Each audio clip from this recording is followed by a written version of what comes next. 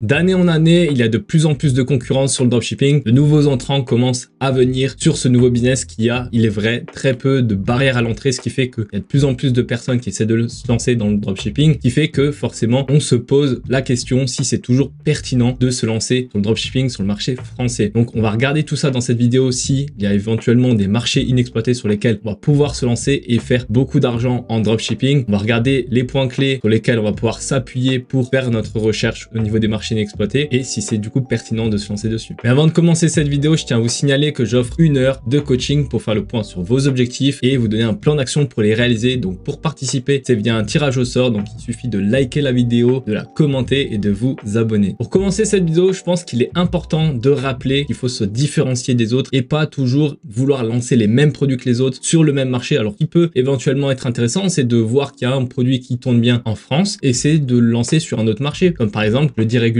l'Allemagne, c'est un marché qui est hyper intéressant puisqu'il possède, selon moi, les mêmes caractéristiques que le marché français. Il y a le même mode de consommation que le marché français et pour autant, il y a quand même un pouvoir d'achat qui est bien supérieur au marché français et il y a un petit peu plus de monde, un petit peu plus d'habitants en Allemagne. Donc, ça peut être un marché qui peut être pertinent, mais voilà, faut toujours garder en tête qu'il est très important de se différencier, pas de vouloir lancer les mêmes produits que tout le monde sur le même marché. Le fait de copier-coller un business bêtement en lançant sur le même business que les autres, c'est-à-dire sur le même marché, ça n'a pas trop d'importance selon moi. Puisque tout simplement, on sait que ces personnes-là se contentent simplement de copier-coller un business sans trop réfléchir, sans trop comprendre la stratégie. Et c'est votre stratégie qui est la plus importante. C'est pas le fait de reprendre un produit, parce que souvent, quand on se lance en dropshipping, on pense que voilà, il y a quelqu'un qui chiffre sur un produit, donc par exemple les claquettes requins, ou il y a plein d'autres produits encore. Je reçois des dizaines de messages chaque semaine concernant les analyses de sites, etc. sur Instagram. D'ailleurs, si vous voulez me contacter sur Insta, je réponds à tout le monde, hein. Je réponds en message vocal, donc vous pouvez me contacter, il n'y a pas de souci. En fait, je reçois toujours le même genre de site internet à analyser et c'est ce qui fait que les gens vont pas avoir des résultats. C'est-à-dire qu'il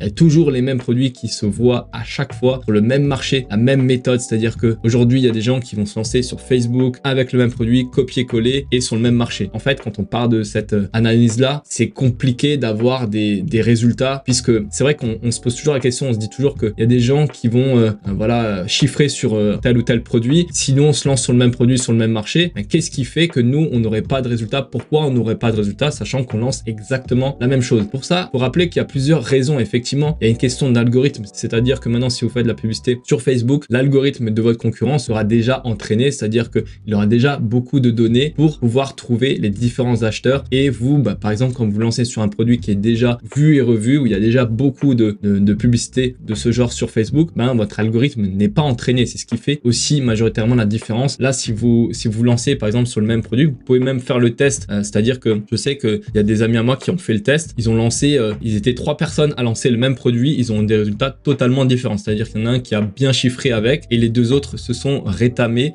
tout simplement parce que voilà, il y a une question aussi de, on va dire aussi de chance, faut l'appeler aussi comme ça, sur quelques produits, il y a une question de chance. Évidemment, si vous testez vraiment pas mal de produits, si vous avez une bonne stratégie, la chance ne rentre plus en jeu. C'est sûr que sur quelques produits, il peut y avoir une question de chance, effectivement, c'est comme pour tout dans la vie, il y a aussi une question de chance dans le business, mais pour moi, la chance, si vous voulez, c'est qu'une partie infime du business. C'est sûr que sur quelques tests du produit, on peut avoir un petit peu de chance, mais au bout d'un moment, quand on a les bonnes stratégies, on met en place les bonnes étapes pour avoir du succès. Simplement, le succès, c'est mathématique, c'est-à-dire qu'au début, ça peut être un peu de chance, mais si vous passez beaucoup de temps, si vous essayez de trouver à chaque fois les bonnes méthodes, que vous les appliquez comme il faut, c'est qu'une question de temps pour avoir du succès. Je pense que c'était quand même important de parler de ce point-là. Maintenant qu'on a parlé de ça, on va voir quels sont les éléments à regarder si on souhaite se lancer sur un marché inexploité, quels sont les différents facteurs qui vont faire qu'un marché inexploité peut être pertinent, et je vais vous donner aussi mon avis par rapport à ça, savoir si c'est pertinent pour vous de vous lancer sur un marché inexploité, et on va regarder tout ça directement. Ce que j'ai commencé à faire, c'est que j'ai demandé à ChatGPT quels sont les différents points à analyser si on souhaite se lancer sur un marché inexploité en dropshipping. Donc là, il nous a listé tous les points à aborder pour pouvoir choisir si un marché est pertinent en dropshipping. Il dit qu'il faut faire une recherche de marché, regarder les tendances, etc., faire une adaptation culturelle. C'est vrai parce que souvent on pense qu'il suffit d'importer un produit qui cartonne aux États-Unis, l'importer en France. Faire très attention parce qu'il y a aussi une question de culture, une question d'habitude de consommation, etc., quoi. Donc faut regarder par rapport à ça, conformité légale évidemment c'est important, logistique parce que par exemple ça peut être hyper pertinent pour le coup de se lancer en Afrique sur le principe. Le problème c'est que c'est très compliqué d'envoyer là-bas et au niveau des modes de paiement. Donc là je pense qu'on va en parler juste après. Mais pour tout ce qui concerne la logistique, c'est compliqué d'expédier là-bas, donc il faut faire très très attention, il faut bien se renseigner par rapport à ça. Bon, le service client, ça va de soi, il faut évidemment parler la langue du pays en question. Les stratégies marketing, vous voyez, pareil, c'est pas le même mode de vente aux États-Unis qu'en France. On a plutôt un marketing beaucoup plus agressif aux États-Unis qu'en France, donc il faut être capable de s'adapter. Et inversement, si maintenant vous êtes américain et que vous souhaitez vendre en France, ben, il faut s'adapter, il peut avoir un marketing forcément trop agressif. Il faut faire attention. Disons que voilà, faut avoir un marketing agressif, mais faut avoir conscience que les gens aux États-Unis sont beaucoup plus adaptés, enfin habitués plutôt à avoir un marketing très agressif. Mode de paiement, ça, du coup, je voulais en parler juste avant. Il s'agit aussi de quelque chose de très important puisque par exemple au Brésil, ça peut être très compliqué à vendre là-bas. Pour le coup, il y a un bon pouvoir d'achat. Les gens achètent souvent en ligne, mais les modes de paiement pour accepter les paiements sur la boutique, c'est assez compliqué à mettre en place. Donc, c'est un marché que j'aime pas forcément. Et en plus la livraison peut être un peu compliquée, donc pour ça qu'il faut bien comprendre tous ces points là. Alors pour moi les points les plus importants, c'est évidemment donc tout ce qui concerne le pouvoir d'achat, tout ce qui concerne la logistique et tout ce qui concerne les modes de paiement. Le reste, bon, évidemment on peut toujours s'adapter, mais c'est toujours quand même important de savoir comment ça se passe par rapport à tout ça. Mais vraiment faut prendre surtout ces points là en considération, et on va regarder aussi au niveau des pouvoirs d'achat. Mais avant d'évoquer le pouvoir d'achat, on va se concentrer sur les pays où on achète le plus en ligne. On va regarder d'abord cette statistique-là, puisque forcément, elle est très importante. Si les gens ont un gros pouvoir d'achat dans un pays et qu'ils n'achètent pas en ligne, bah nous, ça ne nous intéresse pas puisqu'on vend exclusivement en ligne. Donc, on va regarder d'abord cette statistique-là. Là, on voit que bon, la Chine, c'est le numéro 1. Bon, après, vendre en Chine, ça me paraît un petit peu compliqué quand on vend des produits made in China. Quoique, après, c'est toujours possible. Il faut aussi prendre en ligne de compte, c'est que Facebook n'est pas disponible en Chine. Pour les Chinois, ils n'utilisent pas Facebook. Donc, il faut aussi voir aussi par rapport aux plateformes publicitaires, effectivement. Donc l'Allemagne, c'est très intéressant, les UK, très intéressant. L'Inde, alors c'est pas forcément non plus un pays sur lequel je me lancerai en premier, clairement, parce que je pense que c'est un marché assez compliqué. Alors après, encore une fois, là c'est plutôt mon avis avec mon expérience. Moi, je me suis pas lancé sur plein de marchés inexploités. Je peux pas vous donner toutes les, on va dire, tout ce qui se fait, on va dire, c'est-à-dire qu'il y a peut-être des gens qui aujourd'hui arrivent à vendre en Chine ou même en Inde aussi. Donc il faut faire attention par rapport à ça. Peut-être que c'est plus du cash on delivery. Donc le cash on delivery, pour ceux qui ne savent pas, simplement payer à la livraison, c'est-à-dire que vous livrez le produit chez le client et lui il va payer à la livraison. Le problème de ça, c'est qu'il y a souvent beaucoup de gens qui refusent de payer, c'est-à-dire que du coup le produit est renvoyé. Donc il y a à peu près simplement, je pense, je dirais qu'il y a une vingtaine de pourcents seulement d'achats qui sont finalisés, entre 20 et 30%, je dirais, je sais plus exactement les statistiques, mais pour vous dire que c'est quand même assez important. Donc du coup, il faut beaucoup de cash pour gérer le cash on delivery. Il faut beaucoup d'argent puisqu'il faut investir beaucoup d'argent en publicité. Que derrière, vous avez quand même investi en publicité, mais il y a entre 20 et 30% simplement des gens qui acceptent réellement le colis. Donc c'est quand même assez... faut savoir gérer tout ça, faut savoir gérer la logistique. Et pour moi, c'est aussi compliqué. Ça fait partie aussi d'un inconvénient. Il faut d'abord comprendre comment faire du e-commerce de manière très simple. Donc ça, on va l'aborder juste après quand je vais vous donner mon avis. Là, on voit qu'il y a la Turquie, etc. Il y a des pays hyper intéressants, hein. Je pense notamment à l'Australie, je pense au Danemark. Bon, la Suisse, ça fait partie d'un marché francophone, donc moi, je le mets pas forcément dans un marché inexploité. Mais voilà, Middle East aussi, ça peut être intéressant. Tout ce qui concerne l'influence marketing au Middle East, ça peut être hyper intéressant. L'Afrique du Sud, alors là on voit qu'il y a une grosse vague de personnes qui veulent se lancer en Afrique du Sud, plein de gens parlent de l'Afrique du Sud, méfiez-vous par rapport à ça. Moi j'aime pas trop quand beaucoup de personnes commencent à parler d'un marché, je trouve que ça commence déjà à être un peu compliqué. Je préfère me positionner à des endroits en fait où il y a des gens qui vont pas trop en parler, ça c'est plutôt ce que je préfère à ce niveau-là. Et là on a la statistique des pays où on gagne le plus d'argent, donc évidemment sans surprise il y a la Suisse. Alors c'est une statistique qui est quand même assez vieille puisque c'est de 2017, mais ça pas trop été chamboulé depuis forcément, hein. Donc on reste toujours sur le même ordre d'idées. Là on a la Suisse, le Luxembourg, l'Islande, l'Allemagne. C'est un très très bon marché, comme je vous l'ai dit, c'est un marché qui ressemble plus au marché français, donc c'est intéressant de le voir ici en termes de statistiques. On a les Pays-Bas également, c'est un marché qui est quand même, je sais pas si on peut le mettre dans la case des marchés inexploités, mais c'est un marché qui est quand même intéressant. Si maintenant vous avez un produit, vous avez en France, vous voulez scaler dans plusieurs pays, les Pays-Bas font partie des pays qui sont intéressants puisqu'il y a un fort pouvoir d'achat d'achat là-bas. Les gens achètent beaucoup en ligne aux Pays-Bas, donc je pense que c'est un marché aussi qui est intéressant. L'Autriche, si vous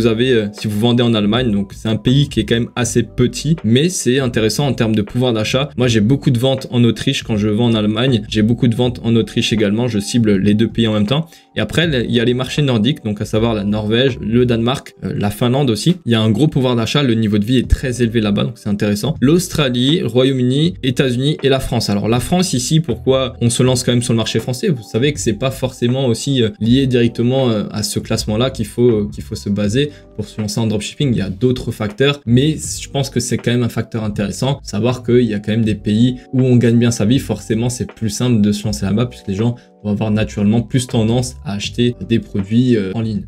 J'avais aussi envie de mettre en lumière cette statistique-là concernant les pays qui achètent le plus en ligne. Donc c'est en 2021, donc c'est quelque chose d'un petit peu plus récent. Là, je pense qu'il s'agit des pays qui font partie de l'Europe puisque je ne vois pas des pays du Middle East, par exemple, où ce sont des pays où on achète beaucoup en ligne. Donc ouais, je pense qu'il s'agit uniquement des pays européens. Donc là, on voit que les Pays-Bas sont quand même intéressants puisqu'ils achètent à 94% en ligne. Donc, alors malgré le fait que ce soit un pays qui n'a pas beaucoup d'habitants, ça reste quand même intéressant. Alors c'est sûr que vous ferez pas des millions sur un seul produit aux Pays-Bas, certes, mais l'objectif c'est pas forcément de faire un seul marché où on va faire beaucoup d'argent. On peut multiplier les marchés, sachant que dupliquer un produit dans un marché, c'est pas bien compliqué sur le principe. Il suffit juste de savoir les bons paramètres à regarder, les bonnes plateformes pour accepter les paiements, etc., les bons processeurs de paiement. Il faut regarder tout ça. Une fois qu'on peut expédier dans le pays en question, pour traduire le site, c'est pas compliqué. Il suffit juste de prendre un traducteur. Vous allez sur deeple.com, vous prenez votre site, vous le copiez-collez, vous faites un nouveau site évidemment et vous copiez-collez tout et vous faites la traduction. C'est fait en quelques heures, ça suffit largement pour vous lancer dans le marché en question. Et là donc on voit quand même ici, c'est quand même assez révélateur je trouve, puisqu'effectivement le Danemark, la Norvège, la Suède qu'on n'a pas encore évoqué, effectivement ce sont des pays intéressants. Alors j'ai pas encore l'info sur l'Irlande, l'Islande, je me suis jamais lancé dans ces pays là donc je pourrais pas vous dire, mais je pense que c'est quand même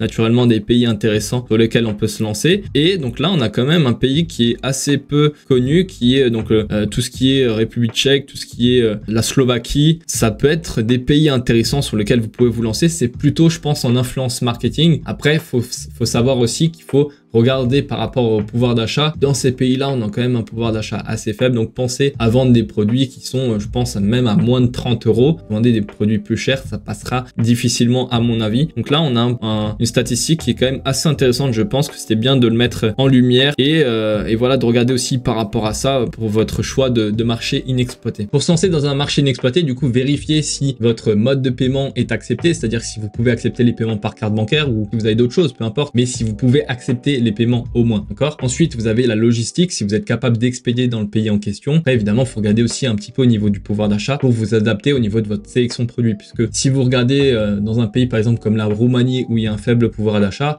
ça va être compliqué pour vous si vous essayez de vendre des produits à plus de 100 € par exemple, ok? Donc, regardez bien par rapport à ces points-là. Pour vous donner mon avis par rapport au marché inexploité, personnellement, je suis pas très fan. Pourquoi? Parce que je pense qu'il y a déjà beaucoup de choses encore à faire en France. Pour le coup, il faut juste se différencier, essayer de vendre des produits qui sortent un peu du lot, pas des produits qu'on voit partout. On le voit, hein, encore en 2023, il y a des produits qui sortent vraiment du lot. Il y a des millions de produits. Donc pourquoi essayer de se prendre la tête à essayer de chercher? On croit toujours finalement que l'herbe est plus verte ailleurs. Donc, je pense que c'est important d'essayer simplement de se différencier. Le marché français, on le connaît très bien. Ça sert à rien pour moi de se prendre la tête à essayer de regarder un nouveau marché parce qu'il faut prendre en compte tous les éléments qu'on a vus juste avant, alors qu'on sait très bien que le marché français, c'est un très bon marché. De même qu'à chaque fois, on se pose la question si AliExpress c'est très bien pour commencer le dropshipping. Oui, c'est très bien. Faire beaucoup d'argent tout en utilisant AliExpress. Faut pas se prendre la tête à essayer de regarder à droite, à gauche, etc. Commencez vraiment par les choses simples. Apprenez à faire de l'argent déjà en France. Et après, évidemment, ce qui peut être intéressant, c'est que quand vous avez un produit qui marche en France, vous le dupliquez dans les différents marchés. C'est-à-dire qu'on va commencer par l'Allemagne, après on va aller sur les Pays-Bas, par exemple, et après on va aller dans les marchés nordiques. Par exemple, ça peut être une solution. Regardez bien par rapport à ça. C'est aussi pour ça que c'est important de comprendre comment on peut scaler un produit dans les marchés inexploités, mais pas pour le coup directement commencer avec ce marché. D'abord, commencez en France, faites vos preuves en France, essayez de comprendre comment fonctionne la vente, le marketing en France. Une fois que vous aurez bien compris ça, là, évidemment, vous pourrez voir d'autres choses. Maintenant, si vous souhaitez aller plus loin, je vous ai mis en place une vidéo où j'explique pas à pas comment générer 3000 € net chaque mois grâce au e-commerce. Cliquez sur le lien qui se trouve dans la description de la vidéo pour en profiter. C'est la fin de cette vidéo, j'espère qu'elle vous aura plu. Si c'est le cas, n'hésitez pas à la liker, à la commenter si vous avez des suggestions, des questions à faire ou des remarques. N'hésitez pas, abonnez-vous. N'hésitez pas aussi à me contacter sur Instagram, je réponds à tout le monde en message vocal. Si vous avez des questions, n'hésitez pas, vous êtes les bienvenus. C'était Pierre, je vous dis à la prochaine, à plus, ciao.